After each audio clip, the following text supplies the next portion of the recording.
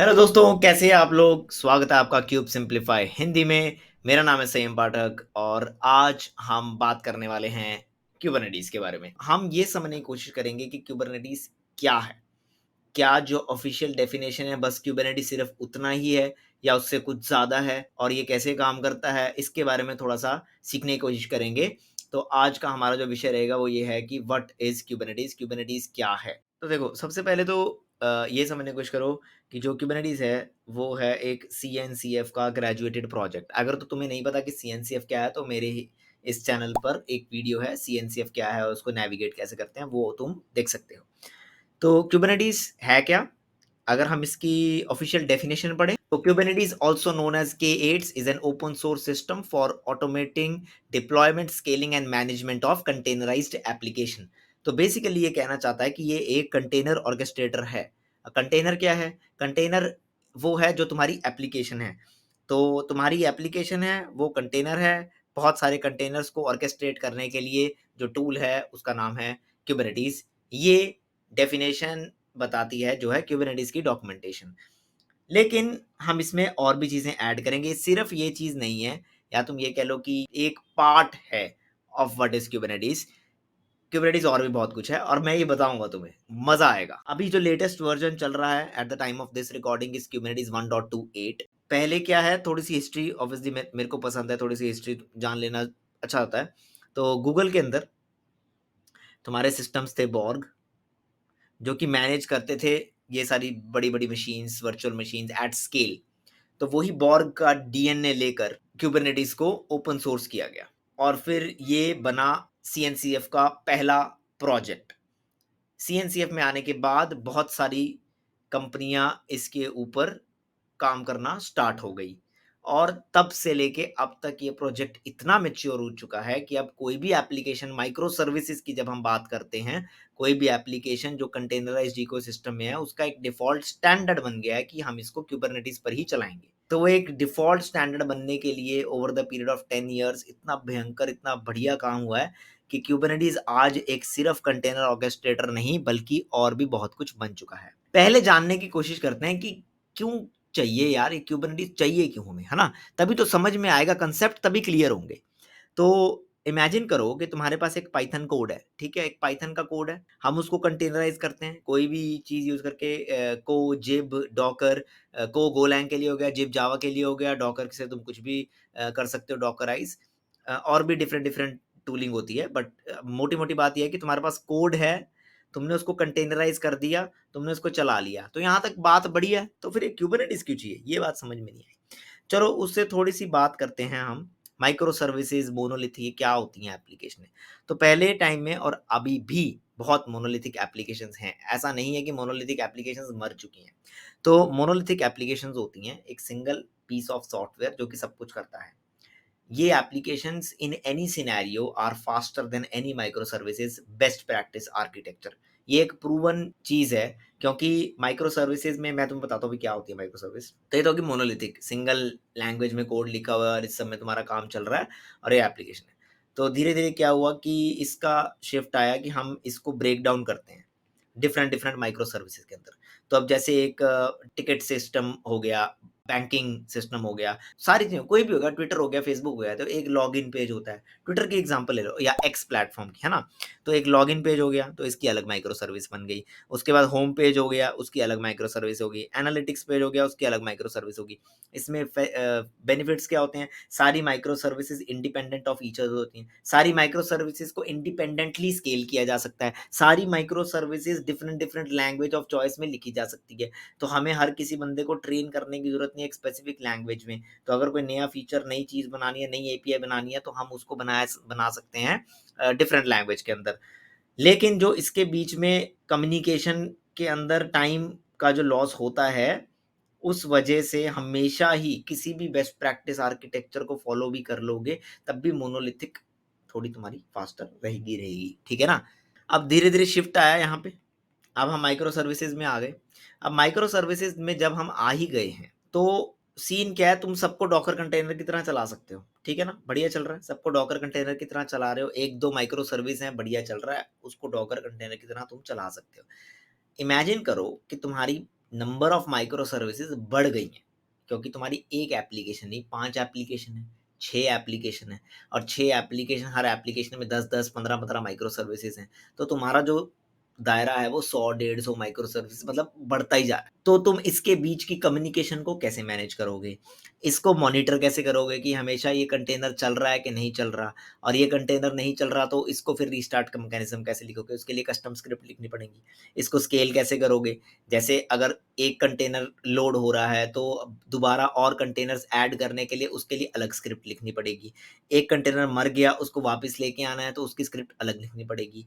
ये वाले सेटअप को डेव टेस्ट स्टेज में रेप्लिकेट करना है या डीआर सेटअप करना है, उसकी स्क्रिप्ट अलग लिखनी पड़ेगी। इसका अप टाइम मॉनिटर करना है, उसकी स्क्रिप्ट अलग लिखनी पड़ेगी। तो ये सारी स्क्रिप्ट्स ना लिखनी पड़े और हमें अलग-अलग एनवायरनमेंट्स को मैनेज करना है, डेव, टेस्ट, स्टेज, प्रॉड, क्योंकि जब एक प्रोडक्शन सिस्टम में काम हो रहा होता है तो ये सारे एनवायरनमेंट्स होते हैं। एक डेवलपमेंट एनवायरनमेंट होता है जहाँ पे तुम कुछ भी ब्रेक कर सकते हो, ये सब चीज़ें।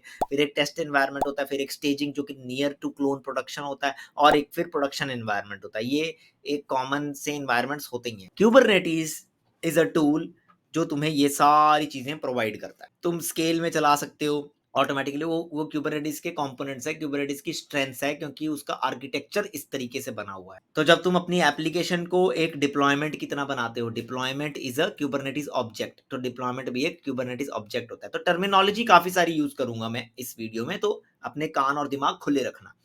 तो डिप्लॉयमेंट क्रिएट करोगे, वो पॉड क्रिएट करेगा। पॉड बेसिकली क्या होता है, तुम्हारा एक कंटेनर होता है, और अगर एक नोड मर गया, उसमें एक पॉड मर गया, तो ऑटोमेटिक क्यूबरनेटिस की रिस्पॉन्सिबिलिटी है, तो उसको दूसरे नोड पे लेके जाना है और ऑटोमेटिक चलाना। तो मतलब सेल्फ हीलिंग, मॉनिटरिंग, ये सब किसी की भी चीज की कस्टम स्क्रिप्ट लिखने की तुम्हें जरूरत नहीं पड़ेगी। तो ये तुम्हारा काम ऑटोमेटिक होता रहेगा। तो ये बहुत बढ़िया चीज है। ठीक है, तो इसलिए हमें चाहिए, तो हमने आंसर अभी कर लिया, वाई क्यूबरनेटिस। तो अब ये तो हमें क्लियर होगा कि भाई क्यूबरनेटिस क्यों चाहिए। ठीक है ना, सिंपल सिंपल छोटी छोटी एप्लीकेशन के लिए क्यूबरनेटिस की जरूरत नहीं है, उसके लिए मत्थापच्ची करने की जरूरत नहीं है इतनी। लेकिन अब हम क्या करने वाले हैं, हमारा मेन क्वेश्चन था, ये था सीखने का कि क्यूबरनेटिस है क्या। क्या ये सिर्फ एक कंटेनर ऑर्केस्ट्रेटर है? ठीक है, और सिर्फ ये यही प्रोवाइड करता है कंटेनर्स के लिए? तो इस चीज को हम और एनहांस्ड तरीके से जानने की कोशिश करते हैं। उससे भी पहले हम आर्किटेक्चर समझने की कोशिश करते हैं कि क्यूबरनेटिस में क्या होता है, कौन से कंपोनेंट होते हैं, कैसे ये काम करता है। तो पहले वो चीज़ समझने की कोशिश करते हैं। तो देखो, सबसे पहले क्या होता है हमारे आर्किटेक्चर के अंदर, एक होता है control plane node. Control plane node के अंदर कुछ कंपोनेंट्स होते हैं, उसको एक एक करके एक्सप्लेन करते हैं। तो ये एक कमांड है जो यहाँ पे लिखी हुई है, क्यूब CTL। ये एक टूल है जो तुम डाउनलोड करते हो, और ये रन होता है एक क्यूब कॉन्फ़िग के अगेंस्ट। हम क्यूब CTL से इंटरेक्ट करते हैं। जैसे हम जब अपने टर्मिनल को खोलते हैं तो हम कोई चीज़ से इंटरेक्ट करते हैं ना, तो कुबरनेटिस से इंटरेक्ट करने के लिए टूल है क्यूब CTL। तो हम क्यूब CTL से इंटरेक्ट करते हैं। ये एक कमांड है, ये कमांड अभी तुम्हें याद करने की जरूरत नहीं, ये समझने की कोशिश करो। Cube CTL run nginx -- image nginx। मैं कह रहा हूँ इसमें, मैं कह रहा हूँ कि कुबरनेटिस मेरी एक एप्लीकेशन है जिसका नाम है nginx, और इमेज जो कि मेरी कंटेनराइज्ड इमेज है वो है nginx। nginx कुछ नहीं होता, एक वेब सर्वर होता है। तो उसको चला दो जरा। अब ये काम कैसे करेगा और सारे कंपोनेंट्स कैसे काम में आएंगे, अब उसको देखो। तो हमारा होता है, एक होता है एपीआई सर्वर। एपीआई सर्वर एक, ये कह लो कि कंट्रोल प्लेन एक तो मेन दिमाग हो गया, उसके अंदर एपीआई सर्वर है असली ब्रेन, क्योंकि सारी रिक्वेस्ट, सारी कम्युनिकेशन जो भी कुबरनेटिस क्लस्टर के साथ करनी होती है वो होती है एपीआई सर्वर के थ्रू। अब सारी की सारी कम्युनिकेशन एपीआई सर्वर के थ्रू होगी। तो सबसे पहले क्या होगा, तीन चीजें होती हैं इसके अंदर, ऑथेंटिकेशन, ऑथराइजेशन, एडमिशन। तो ये 3 एज होते हैं सबसे पहले। तो ये वाली रिक्वेस्ट जब आई, जब यूजर ने रिक्वेस्ट करी, तो सबसे पहले user is authenticated with the headers passed, फिर ऑथराइज्ड यूजिंग RBAC, फिर वेब हुक्स टू वैलिडेट और mutate, and then save it to ETCD। तो सबसे पहले हम ये देखेंगे कि क्या ये पॉड चलाने के लिए जो यूज़र ने भेजा है वो यूज़र सही है। अगर वो यूज़र सही है तो क्या वो ये पॉड क्रिएट कर सकता है, और कोई एडमिशन वेबहुक तो नहीं है, क्या वो सही रजिस्ट्री वगैरह कोई सेटअप तो नहीं है कि सिर्फ इसे रजिस्ट्री से पुल करना है या नहीं करना। वो सारी चीज़ें चेक करके ये वाली रिक्वेस्ट जो है वो परसिस्ट हो जाएगी। ये सारा काम होता है एपीआई सर्वर का। सारी कम्युनिकेशन क्लस्टर में एपीआई सर्वर के थ्रू होती है। फिर आती है शेड्यूलर। अब शेड्यूलर 24 घंटे एपीआई सर्वर से बात करता रहता है। जैसे ही रिक्वेस्ट आई एपीआई सर्वर के पास, एपीआई सर्वर ने शेड्यूलर को बता दिया कि भाई मेरे पास तो वर्कलोड आ गया, इसको चला दो। तो अब शेड्यूलर क्या कोशिश करता है, it tries to find the best fit node based on different mechanism like taints, toleration, affinity, node selector and updates the pod spec with the node. फिर ये जो हमने ये स्पेक जनरेट कर देगा एक YAML फाइल। अब ये शेड्यूलर उस YAML फाइल में कोई भी नोड सिलेक्ट करके, यहाँ पे नोड्स बने हुए हैं, यहाँ पे बहुत सारे देखो 2 नोड बने हुए हैं ना, इनमें से बेस्ट फिट नोड सिलेक्ट करके उसको अपडेट कर देगा पॉड स्पेक के अंदर। तीसरी चीज आती है कंट्रोलर मैनेजर। सबसे खतरनाक चीज है क्यूबरनेटिस की, यही क्यूबरनेटिस को एक एक्सटेंसिबिलिटी प्रोवाइड करती है। क्योंकि कुछ होते हैं बिल्ट इन कंट्रोलर्स और कुछ होते हैं controllers that you can add on your own when you create and run application. तो इसमें replica set controller, deployment controller, job controller, से stateful set controller, daemon set controller, बहुत सारे टाइप के कंट्रोलर्स होते हैं। कंट्रोल लूप्स क्या होते हैं, ये एक तरह से वॉच लूप्स होते हैं। तो वॉच लूप्स का मतलब होता है कि कंटिन्यूअसली एक स्पेसिफिक ऑब्जेक्ट को मॉनिटर करते रहना वॉच लूप की फॉर्म में, और उसमें कोई चेंज आए तो उसको उसी स्टेट में वापस लेके जाना जिस स्टेट में वो डिजायर्ड था। इसको बोलते हैं state, keeping the desired state and the expected state same. तो ये काम होता है कंट्रोलर्स का। उसके बाद आता है आपका ETCD। ETCD हो गया की वैल्यू स्टोर। एक्चुअली की वैल्यू स्टोर कोई भी हो सकता है based on kind. You can use MySQL, SQLite। जैसे K3s के अंदर बाय डिफॉल्ट SQLite आता है, लेकिन K8s के अंदर अभी by default it's ETCD, but it is also swappable. Swappable होती है ये चीज। तो की वैल्यू स्टोर है for distributed system, API server writes to it, and in HA mode 3 ETCD nodes are there where one leader is elected using the raft algorithm। वैसे भी Kubernetes कैसे काम करता है, जैसे एक नोड, 3 मास्टर नोड हो गए या कंट्रोल प्लेन नोड हो गए और बाकी n number of worker nodes, तो ताकि HA मेंटेन हो जाए। ठीक है ना। तो ये तो होगी, अभी रिक्वेस्ट यहाँ आ गई है और एपीआई सर्वर के पास शेड्यूलर को पता लग गया है, शेड्यूलर ने अपडेट कर दिया है, तो यहाँ तक तो काम अभी बन गया है। अब ये चीज इस नोड को, सपोज इस नोड को असाइन हो गई है। अब नोड पार्ट पे आ जाते हैं। नोड में क्या होता है, नोड में डिफरेंट सेट ऑफ कंपोनेंट होते हैं। होती ये सारी मशीन्स ही हैं, होते ये सारे वर्चुअल मशीन जो तुम क्लाउड में क्रिएट करते हो, होती ये मशीन्स ही हैं। तो क्यूबलेट के अंदर, क्यूबलेट का काम होता है ये देखना कि भाई मेरा प्रोसेस, मेरा जो पॉड्स हैं वो चल रहे हैं कि नहीं चल रहे ढंग से। ठीक है ना। तो क्यूबलेट ये वाले पॉड चलाता है। पॉड चलाने के लिए चाहिए क्या क्या होता है, बहुत कुछ चाहिए होता है। पॉड वाली रिक्वेस्ट चलने के लिए जाती है कंटेनर डी के पास। कंटेनर डी के बाद ये रिक्वेस्ट जाती है एक्चुअल में शिम के पास। शिम के पास ये जाती है फिर रन सी के पास। रन सी या जो भी low level container run time होता है, ठीक है ना। और यहीं पे फिर वाजम की शक्तियां आ जाती हैं। तो ये जाती है रनसी के पास और फिर वो चल जाता है। और यहाँ पर ही हम काफ़ी सारी चीज़ें और देखते हैं। यहाँ पे प्रोसेस होता है, वो क्या चेक करता है कि CRI क्या है, कौन सा CRI। अब CRI तो कंटेनर डी है इसमें, और CNI क्या है, फ्लैनल है, कैलिको है, सीलियम है, और CSI क्या है। तो ये सारी चीज़ें जो हैं वो चेक होती हैं। क्यू प्रॉक्सी क्या करता है, kube proxy maintains the network rules on the node. तो एक नोड आपस में कैसे कम्युनिकेट कर रहा है, पॉड आपस में कैसे कम्युनिकेट कर रहा है, आईपी टेबल्स के और IPVS के जो सारे रूल्स हैं उसको मेंटेन करना। So the network rules allow network communication to your pods from network session inside and outside of your cluster.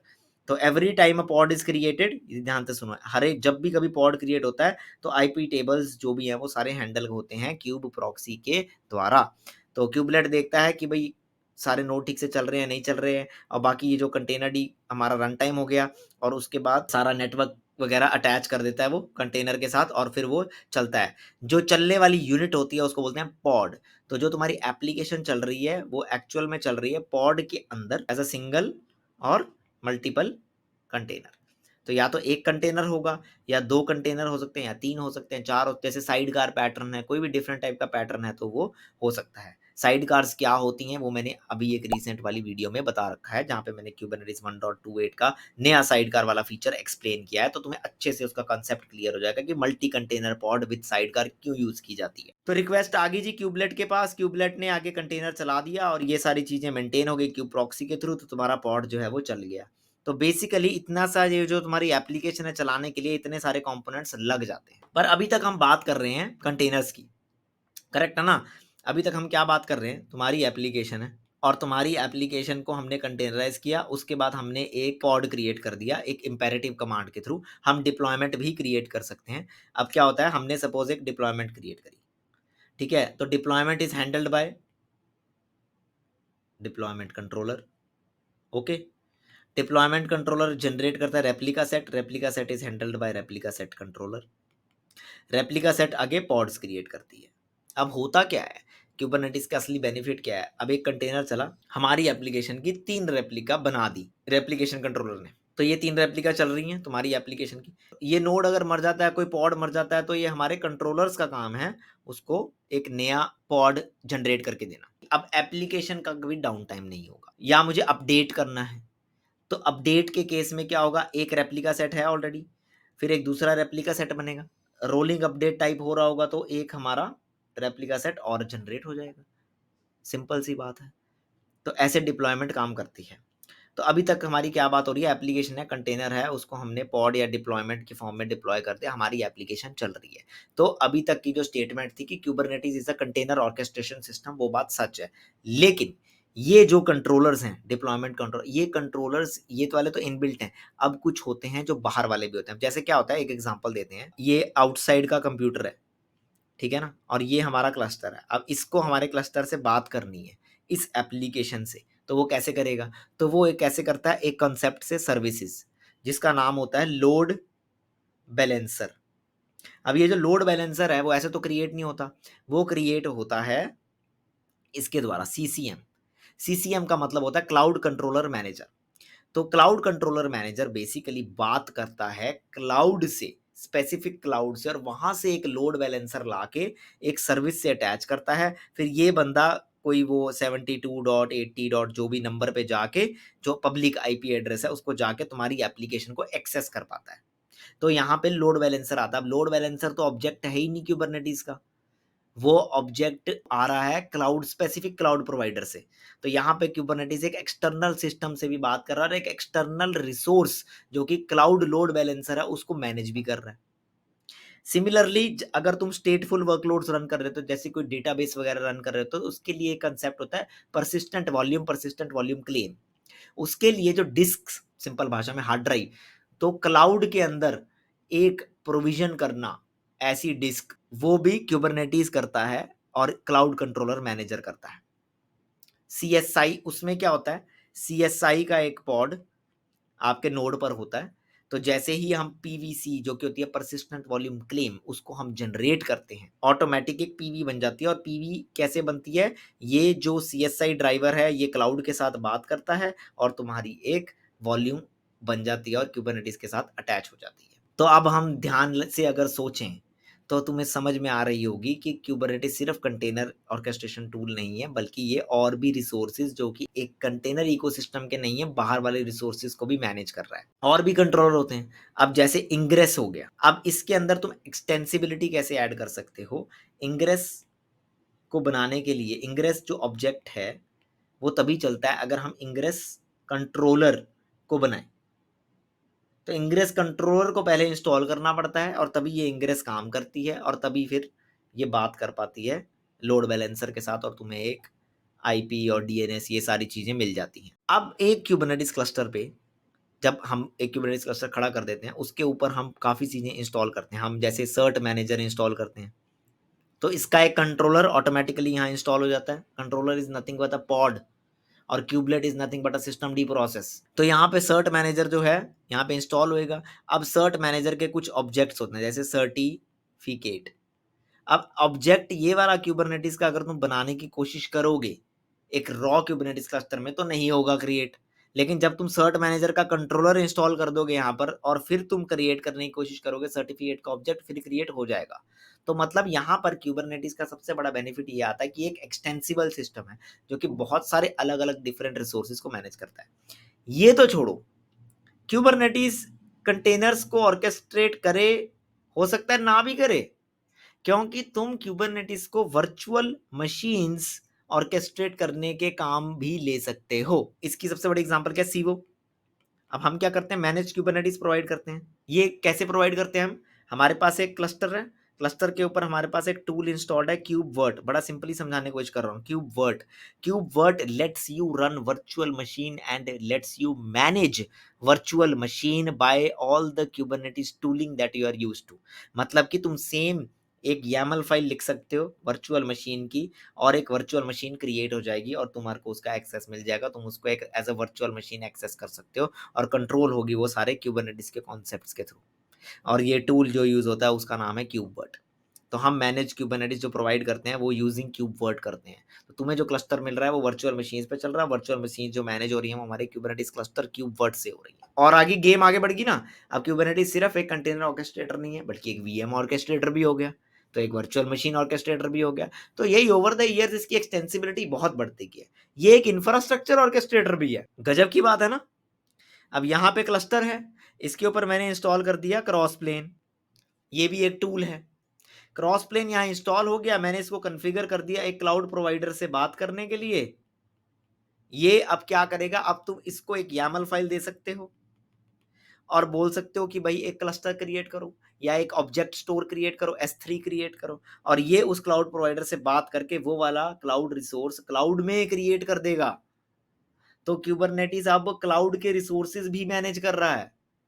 तो क्यूबरनेटिस कंटेनर में ऑर्केस्ट्रेटर भी है, एक ये पूरा प्लेटफॉर्म ऑर्केस्ट्रेटर भी है। तुम क्यूबरनेटिस क्लस्टर क्रिएट करवा सकते हो, तुम ऑब्जेक्ट स्टोरेज मैनेज करवा सकते हो, तुम वर्चुअल मशीन्स मैनेज करवा सकते हो। तो क्यूबरनेटिस सिर्फ और सिर्फ एक कंटेनर ऑर्केस्ट्रेटर नहीं है। यही इस वीडियो से मैं समझाना चाहता था कि क्यूबरनेटिस क्या है। क्यूबरनेटिस एक सिस्टम है that depends on your use case, कि तुम क्या चाहते हो क्यूबरनेटिस करे। अगर तो तुम चाहते हो वो कंटेनर्स मैनेज करे, वो कंटेनर्स कर सकता है। आज तो वो वेब असेंबली के मॉड्यूल्स भी मैनेज कर सकता है, वर्चुअल मशीन भी मैनेज कर सकता है, इंफ्रास्ट्रक्चर भी मैनेज कर सकता है, और भी बहुत कुछ। जो भी सीखा कोशिश करते हैं उसको एक डेमो से करने की भी, है ना। तो ये एक किलर कोडा है। किलर कोडा एक फ्री प्लेग्राउंड टूल है जहाँ पे तुम साइन अप करके एक डेमो एनवायरनमेंट ले सकते हो, फ्री में प्रैक्टिस कर सकते हो। तो क्यूबसीटीएल गेट नोड्स, ये एक 2 नोड का क्लस्टर है जो कि कुबरनेटिस 1.28 एनवायरनमेंट है। तो ये देख सकते हो तुम, कंट्रोल प्लेन है और एक नोड है, 1.28 लेटेस्ट कुबरनेटिस वर्जन है। तो क्यूबसीटीएल से मैं इंटरेक्ट कर रहा हूँ, ठीक है। और हो कैसे रहा है, कॉन्फ़िग के थ्रू। क्यूब कॉन्फ़िग कैसी दिखती है, वो ऐसी दिखती है। ये एक क्यूब कॉन्फ़िग फाइल है, ठीक है ना। तो यहाँ पे ये सारी चीज़ें होती है, कॉन्टेक्स्ट और ये सब चीज़ें। तो इसको क्लियर करते हैं।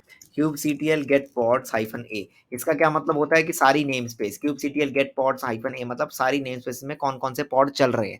ध्यान से देखो, क्यूब प्रॉक्सी हर नोड पे चल रहा है, क्यूबरनेटिस शेड्यूलर का पॉड चल रहा है, क्यूबरनेटिस कंट्रोलर मैनेजर का पॉड चल रहा है, एपीआई सर्वर का पॉड चल रहा है, ईटीसीडी का पॉड चल रहा है, यहाँ पे कैनल जो कि सीएनआई है उसके पॉड चल रहे हैं, कोड डीएनएस के पॉड चल रहे हैं, और एक लोकल पाथ प्रोविजनर जो कि स्टोरेज क्लास को लोकली क्रिएट करते हैं। तो हमारे सारे पॉड्स यहाँ पे चल रहे हैं। तो अब क्लियर करते हैं स्क्रीन को और देखते हैं क्यूबसीटीएल गेट पॉड्स। अभी अगर करेंगे तो डिफॉल्ट नेम स्पेस है, तो हमारी ये नेम स्पेस। बाकी सारे कॉन्सेप्ट्स हम बाद में कोशिश करेंगे, अभी हम वही कमांड चलाने की कोशिश करेंगे जो हमने चलाई थी। Kubectl run nginx hyphen hyphen image equal to nginx। Pod create हुआ, kubectl get pods, pod container creating में है। क्यूबसीटीएल डिस्क्राइब पॉड, पॉड को हमने डिस्क्राइब किया तो सबसे पहले शेड्यूल हुआ, तो वो शेड्यूल हो रहा है। उसके बाद पुल हो रहा है, क्यूबलेट देख रहे हो, क्यूबलेट कर रहा है ये वाला प्रोसेस। देखो कौन प्रोसेस क्या कर रहा है, अब ये इमेज को क्या कर रहा है, पुल कर रहा है। तो क्योंकि ये सारा कुछ रजिस्ट्री से मैनेज करके फिर कंटेनर डी उसी पॉड पे, जो कंटेनर डी है जो कि नोड, जिस नोड पे भी ये चल रहा है उस पॉड का, उस नोड का कंटेनर डी जो कि CRI है वो इस पॉड को फिर चलाएगा जब ये इमेज आ जाएगी। It is similar to Docker run. तो देखो कि nginx की इमेज पुल हो गई, उसके बाद क्रिएट हो गया कंटेनर, उसके बाद स्टार्ट हो गया। तो अब क्यूबसीटीएल गेट पॉड्स करेंगे तो हमारे पास आ जाएगा कि nginx pod इज रनिंग। अब अगर मैं यही करता हूँ deployment, so kubectl create deploy demo hyphen hyphen image equal to nginx hyphen hyphen dry run equal to client hyphen OYAML। तो ये होती है डिप्लॉयमेंट मैनिफेस्ट फाइल। ये एक एपीआई वर्जन होता है, ये सब बाद में बताएंगे अगले आने वाली वीडियोस में। बट अभी क्या है, ये एक डिप्लॉयमेंट ऑब्जेक्ट है, ये क्यूबरनेटिस का ऑब्जेक्ट है जो मैं क्रिएट करना चाहता हूँ, नेटिवली बिल्ट है, डिप्लॉयमेंट कंट्रोलर के थ्रू हैंडल होता है। तो ये क्यूबरनेटिस का ऑब्जेक्ट है, इसके अंदर मैंने स्पेसिफाई कर दिया कि एक रेप्लिका चाहिए, और इसके जो इमेज है उसका नाम ये है, उसका इमेज ये है। तो हम इसको क्रिएट करने की कोशिश करते हैं। तो इमेज के बाद हम एक चीज डालेंगे, रेप्लिकास, रेप्लिकास इक्वल टू 3। तो अभी इसने डिप्लॉयमेंट क्रिएट कर दी। अब देखेंगे kubectl get rs, तुम देखो एक रेप्लिका सेट भी क्रिएट हो गया। अब हम करेंगे kubectl get pods, तो तुम देख सकते हो रेप्लिका सेट के बाद अपना एक रैंडम स्ट्रिंग जो अटैच होती है, तो तुम्हारे 3 पॉड जो हैं वो क्रिएट हो रहे हैं। सारे पॉड रनिंग में। अब हम क्या करते हैं, कुबरनेटिस की पावर को देखने के लिए इस पॉड को डिलीट कर देते हैं। Delete pod hyphen hyphen force, ये पॉड डिलीट हो गया। फिर से गेट पॉड करेंगे तो ऑटोमेटिकली जो कंट्रोलर है वो एक नया पॉड बना देगा। तो यही तो पावर्स हैं कुबरनेटिस की। तो kubectl डिस्क्राइब डिप्लॉय, ये सब कुछ तुम्हें आ जाएगा कि डिप्लॉयमेंट कंट्रोलर ने ये सब किया, स्केल्ड अप रेप्लिका टू 3। तो ये सब तुम देख सकते हो कि कैसे कैसे काम हो रहा है और किस स्ट्रैटेजी क्या है। रोलिंग अपडेट स्ट्रैटेजी है एक, और इसको अपडेट करेंगे तो एक और रेप्लिका सेट जो है वो क्रिएट हो जाएगा। तो आई होप आपको ये समझ में आया हो आज की वीडियो में कि कुबरनेटिस है क्या, और आपको ये वीडियो अच्छा लगा हो, क्योंकि आपको ये जानने को मिला हो कि कुबरनेटिस सिर्फ एक ऑर्केस्ट्रेशन सिस्टम नहीं है, बल्कि और भी बहुत कुछ है। ये वीएम्स को भी मैनेज कर सकता है, इंफ्रास्ट्रक्चर को भी मैनेज कर सकता है, क्लाउड रिसोर्सेज को भी मैनेज कर सकता है, कंटेनर्स को भी मैनेज कर सकता है, वेब असेंबली मॉड्यूल्स को भी मैनेज कर सकता है। ये बहुत कुछ एक एक्सटेंसिबल सिस्टम बन चुका है, जो कि पूरी एक इंफ्रा लेयर बन चुकी है, एक लो लेवल इंफ्रा लेयर के अंदर काउंट कर सकते हो। ये तुम्हारा एक पूरा बड़ा प्लेटफॉर्म बन गया है कुछ भी चलाने के लिए। सो Kubernetes has become a massive thing where you can run any sort of platforms। Video अच्छा लगे तो लाइक शेयर सब्सक्राइब जरूर कर देना। ऐसे ही एजुकेशनल वीडियोस के लिए आप इस चैनल को सब्सक्राइब करते हो, धड़ाधड़ बढ़िया कंटेंट आपको मिलता रहेगा, जो कि किसी भी चैनल पे नहीं मिलेगा, क्योंकि हम सिर्फ वही नहीं बताते जो कि लिखा हुआ डॉक्यूमेंटेशन में, but real world practical scenarios के साथ समझाने की कोशिश करता है कि असली में ये चीज़ क्या है और इंडस्ट्री में क्या क्या काम हो रहा है। वो जो बेल आइकन और लाइक और ये सब बटन है उस पर कमेंट करो और ये बताओ तुम क्यूबरनेटिस क्लस्टर कौन सा यूज़ कर रहे हो, K8 K3S K0S, और कहाँ यूज़ कर रहे हो, AWS GCP CVO या सेल्फ मैनेज कैसे यूज़ कर रहे हो। वीडियो देखने के लिए बहुत बहुत शुक्रिया। मिलते हैं अगली वीडियो में।